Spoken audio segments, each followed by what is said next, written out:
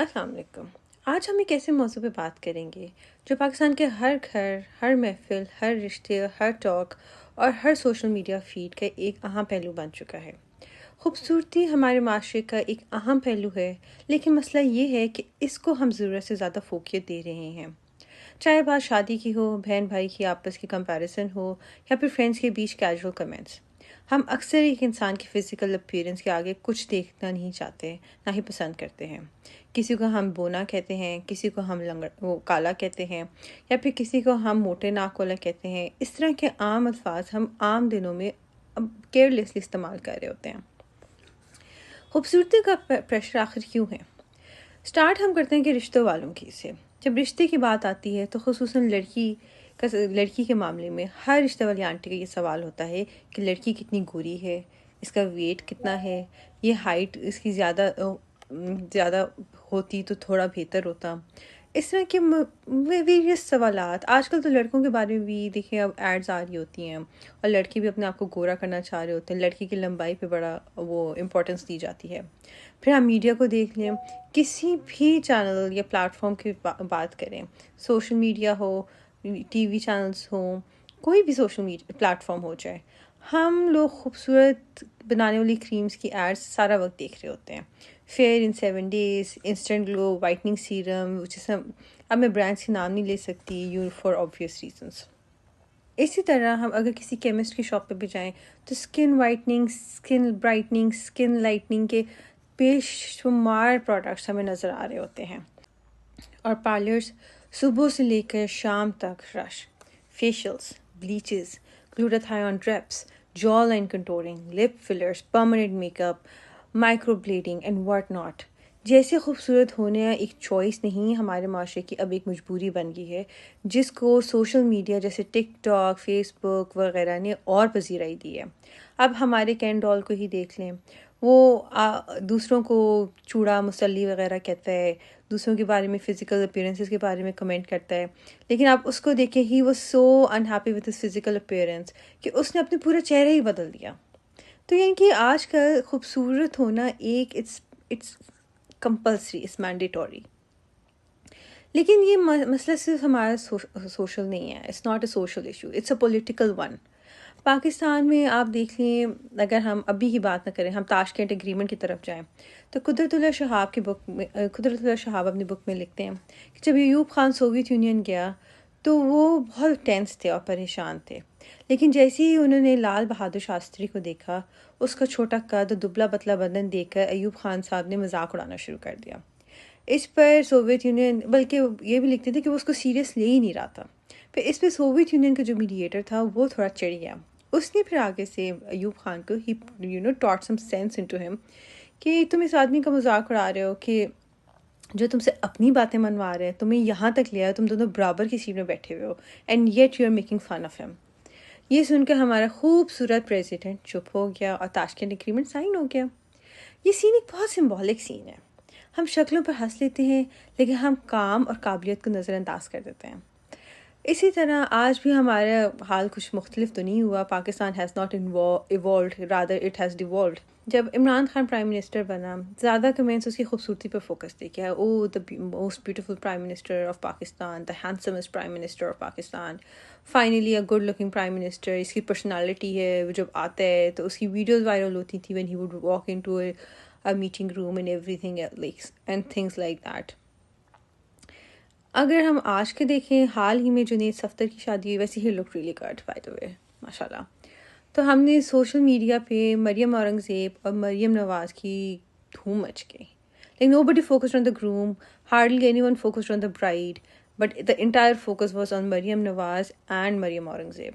مریم اورنگزیب کی cosmetic procedures کو ایک نیشنل ایشو بنا دیا ایک طرح سے، کہ پہلے اس کو کہتے تھے ڈڈو چارجر، اب اس کو کہہ رہے ہیں آئی فون چارجر۔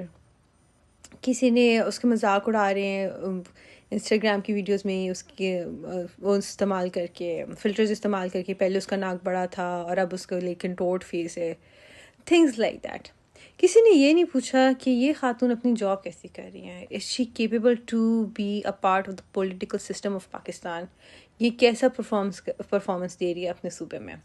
نہیں، بس فلرز، چیکس اور جا لائن، جیسے مجھے اب اپنا تھوڑا سا عجیب لگ رہا ہے. اسی طرح مریم نواز کے بارے میں سب شروع ہوئے ہوئے تھے کہ شی از لکنگ لائک دا برائڈ، یہ تو برائڈ سے زیادہ تیار ہو کر آ گئی ہے.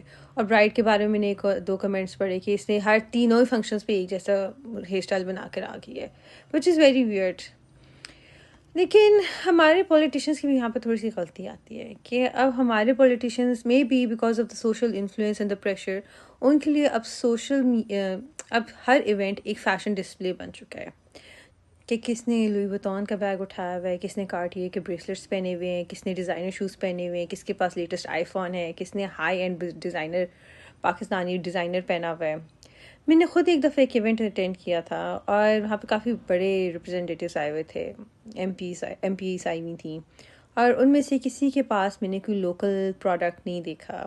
دے were carrying Gucci bags, they were carrying Louis Vuitton bags, they had iPhone, the latest iPhone, اور یو کوڈ ٹیل کہ they were there to flaunt their wealth. جیسے کہ ان کا مانترا تھا کہ پالیسی بعد میں، آؤٹ فٹس پہلے.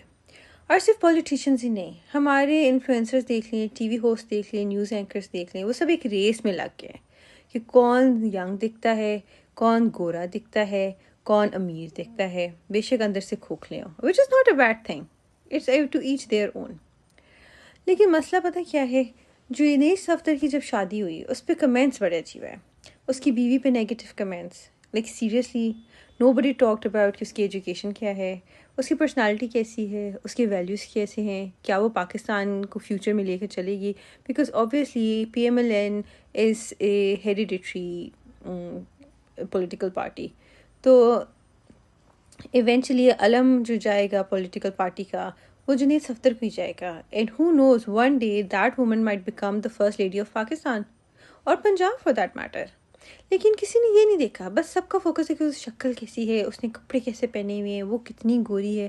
پہلی والی کے ساتھ کمپیریزن ہو رہا تھا which is a thing of the past. اب سوال یہ اٹھتا ہے کہ کیا گورا ہونا عقل مندی کی نشانی ہے؟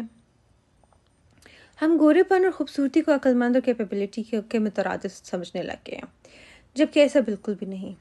جرمنی کی چانسلر اینجلا مارکل چھوٹے قد کی خاتون تھی، بزرگ تھی، سادہ سے اسکرٹ بلاؤز پہنتی تھی، اور she was running one of the most powerful countries of the world. اسی طرح اگر ہم اپنے ہمسائے میں دیکھیں ہندوستان میں، وہاں پہ مجھے ایک خاتون بڑی امپریس کرتی تھی، پولیٹیکل لیڈر، ہر نیم وہ سشما سوراج. وہ درمیان سے مانگ نکالتی تھی، ایک ٹیکا انہوں نے لگایا ہوا ہوتا تھا، کاٹن کی ساڑی پریس کر کے انہوں نے پہنی ہوتی تھی اور اوپر ایک جرسی. میں نے کبھی ان کے ہاتھ میں کوئی آئی فون نہیں دیکھا، کبھی ان کے ہاتھ میں میں نے کوئی لوئی ویتون کا بیگ نہیں دیکھا، کبھی میں نے ان کے ہاتھ میں کوئی ان کے سامنے ایسی چیز نہیں دیکھی ان کے ہاتھ میں، ان کے ڈسپلے میں، جس سے ان کی ویلتھ شو. یہاں سے پتہ چلتا تھا کہ وہ اپنے آپ کے لیے نہیں بلکہ ملک کے مفادات کے لیے کام کر رہی تھیں.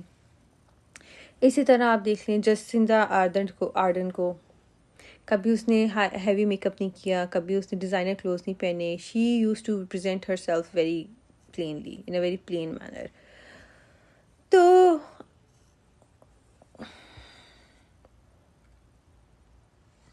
تو ایسے موقع پہ ہمیں کیا کرنا چاہیے؟